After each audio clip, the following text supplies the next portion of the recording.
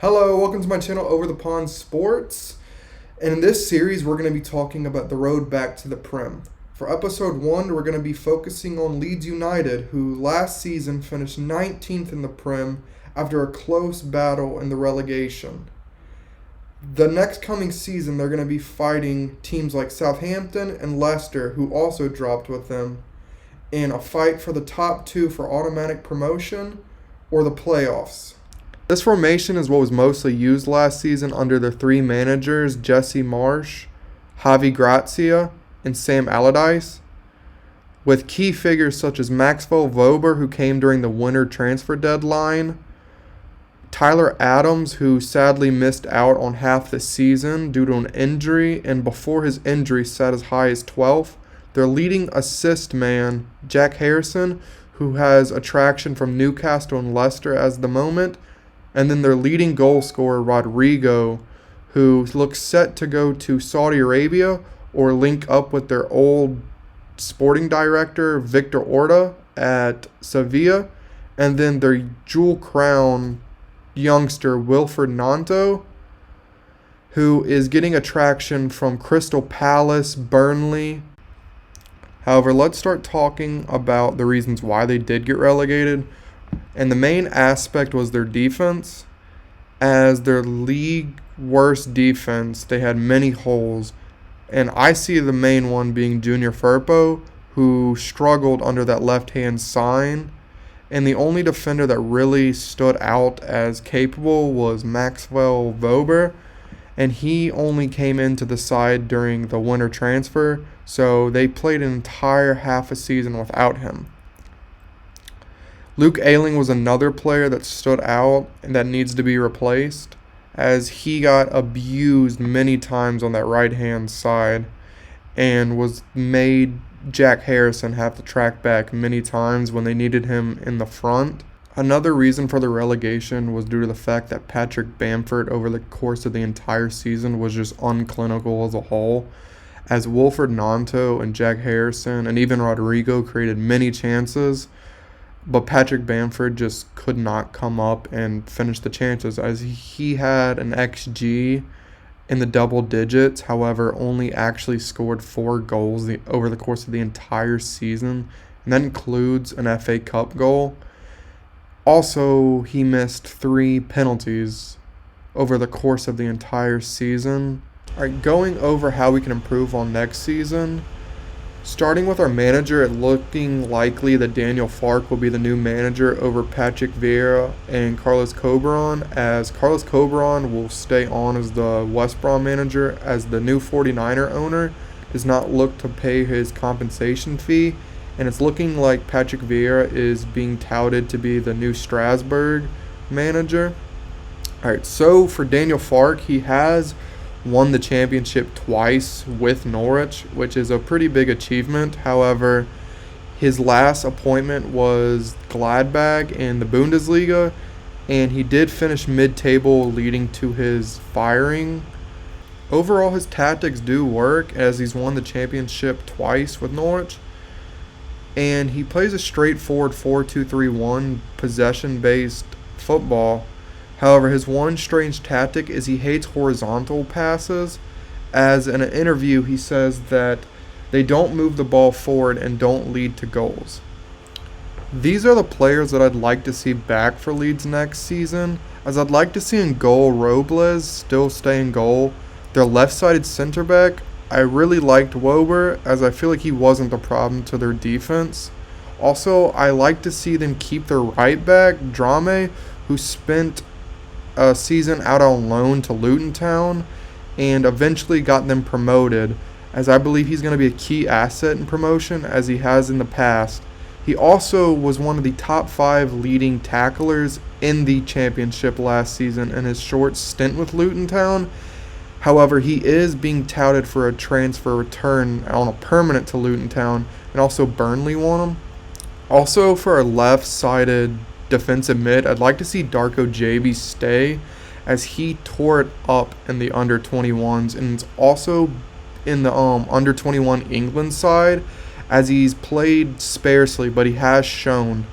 Also, Our left wing, I'd like to see Nanto stay. However, I do think it's unlikely, as I have said before, that at least 3 Prem clubs are still interested in him, and he has had some interest overall outside of England, mainly in Italy. Somerville is another player I'd like to see stay. However, like Nanto, he is being touted elsewhere, as PSV and Feyenoord want him.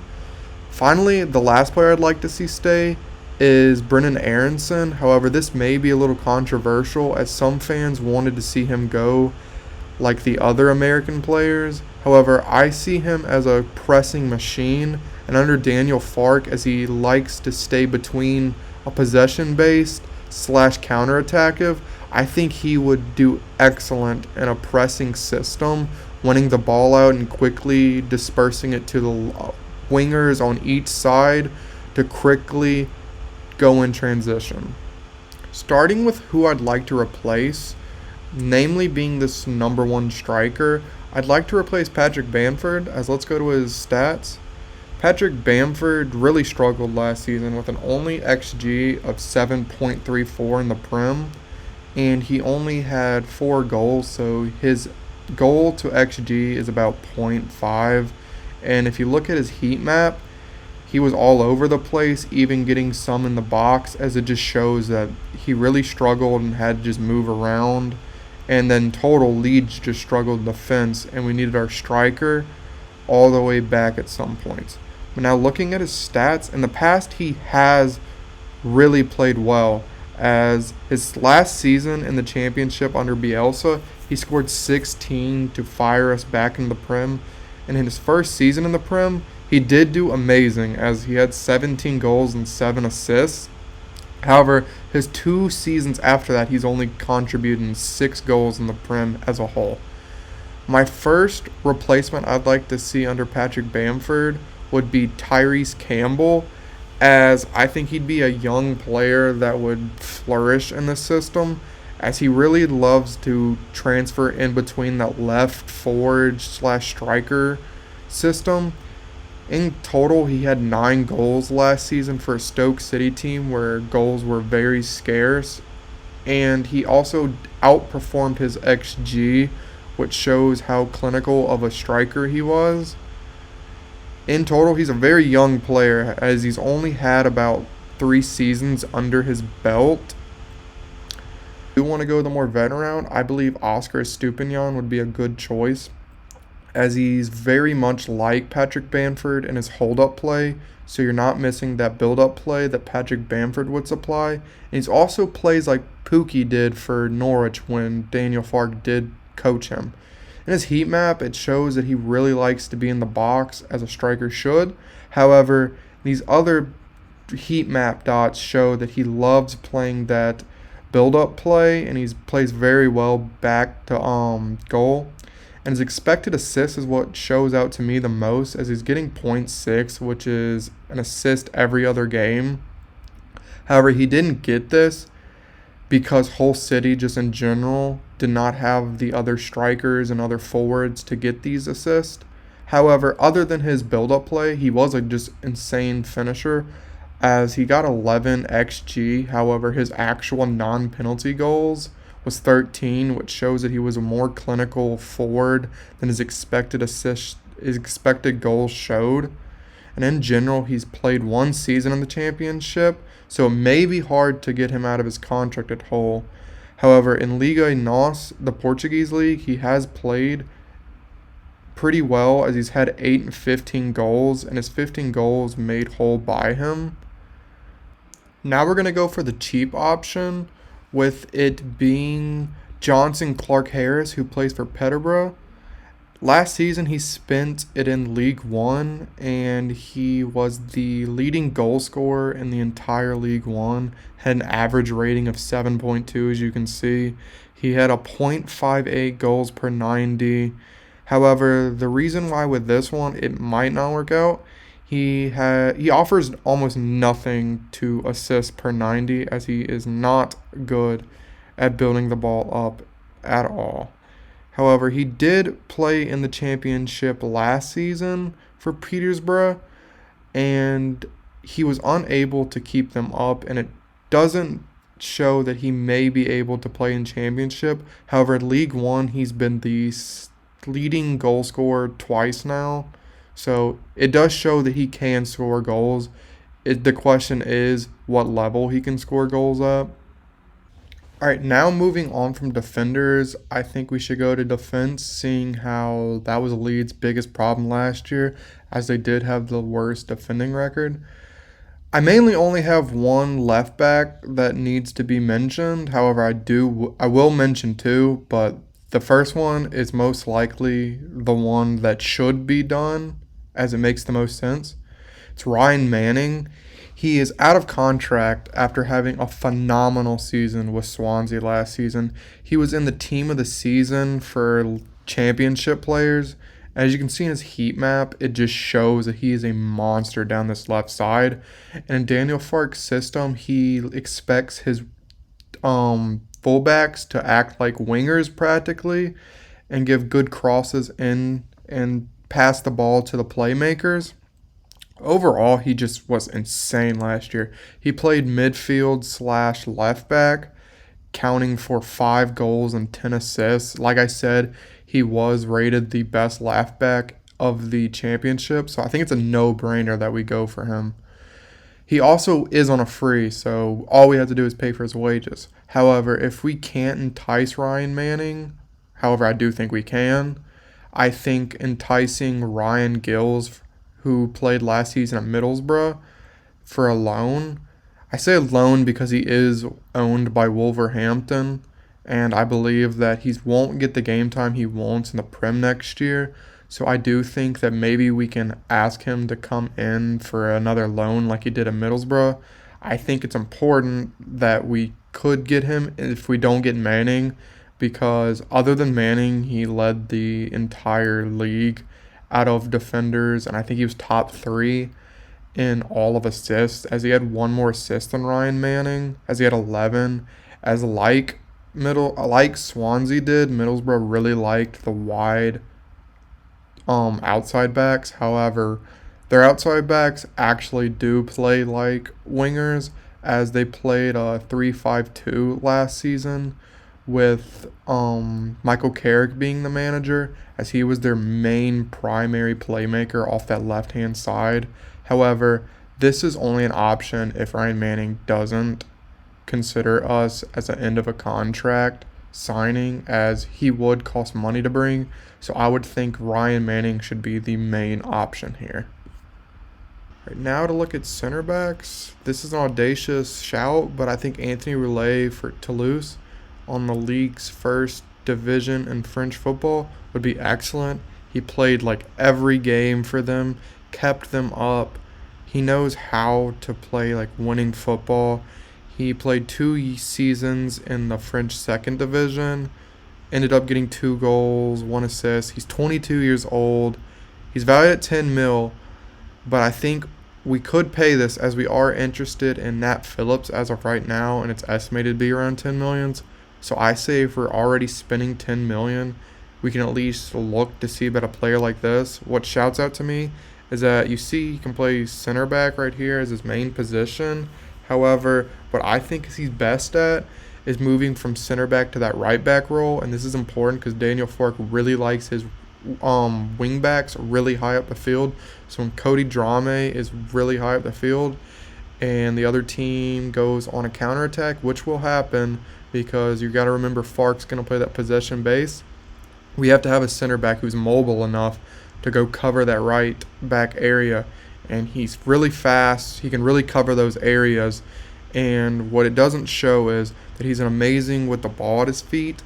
He's a very modern center back, and I just think he's a really good shout. And I think for 10 million, if we're already going to spend it on, say, Nat Phillips from Liverpool, who has really only played like 55 games his entire career, I think we should rather spend it on someone like this.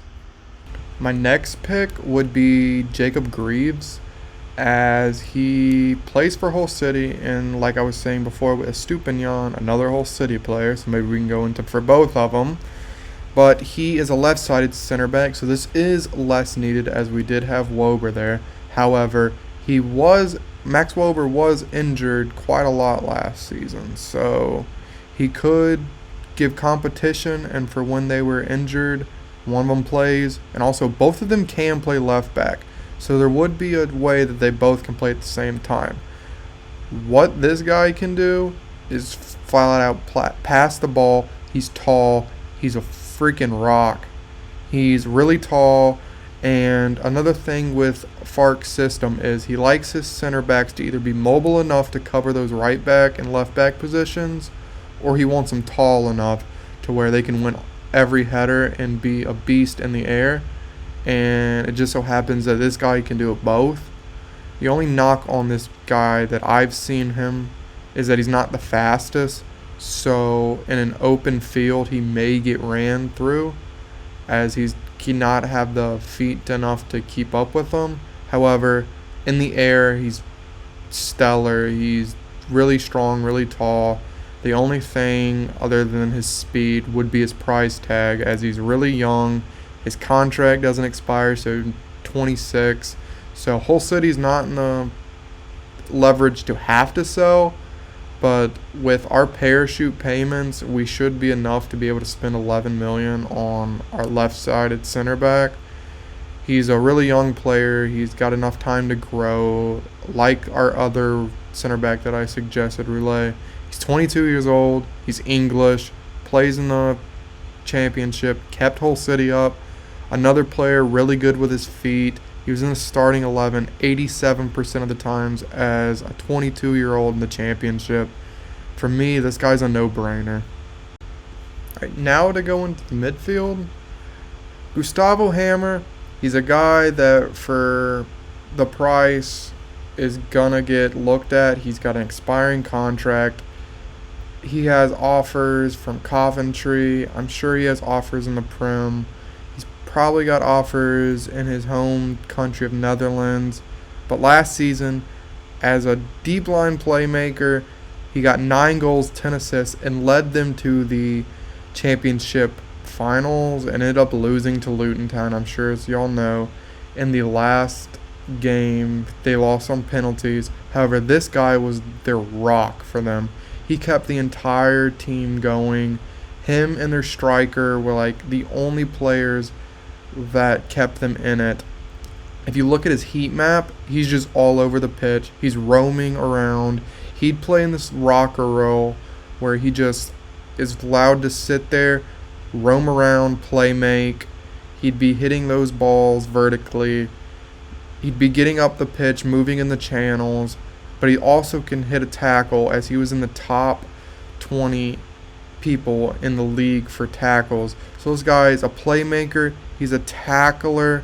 He can do most anything. And if you look down here, he can his passing ratings is 72%, but this doesn't tell the whole story, as he was making really hard passes and he was very audacious with his pass selection, as lobbing it up to the striker many times, as they played a very good vertical route straight to their striker, Ukers, as he was their main output for goals. So overall, this guy is just a roaming playmaker, as it says up here.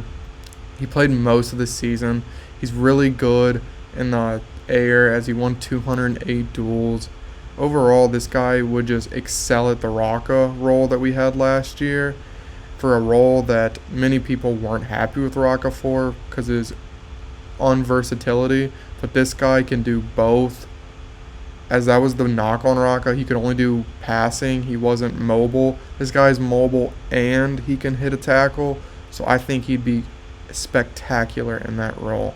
And the next player is Sam Field, as I believe that he would be really good.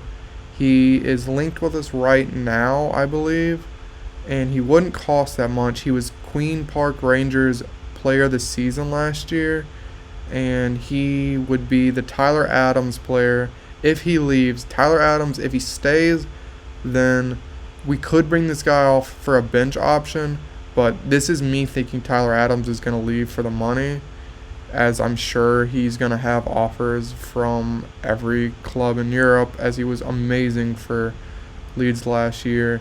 I'm sure he's going to have multiple Prem options. I've heard AC Milan's interested in him, so I think it's unlikely we keep Tyler Adams. So I think Sam Field would be excellent.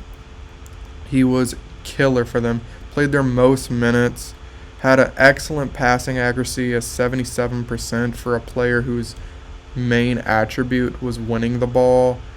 He averages around 2.5 tackles a game, so it's a little less than Tyler Adams, but it was also a team that had the ball more than us, as Tyler Adams' stats were a little inflated by the fact that we just never had the ball under Jesse March, which was the manager that he only played for due to his injuries. So I believe that this guy could come in, be a great tackler, be a great asset for the team, and he's already linked with us, so it's seeming likely that this guy will come to Leeds, as I think it's a good idea. We getting a player of the season for another team to come play for us. So I think, like I said, it's a no-brainer that we get player of the season type players to come in and play for Leeds.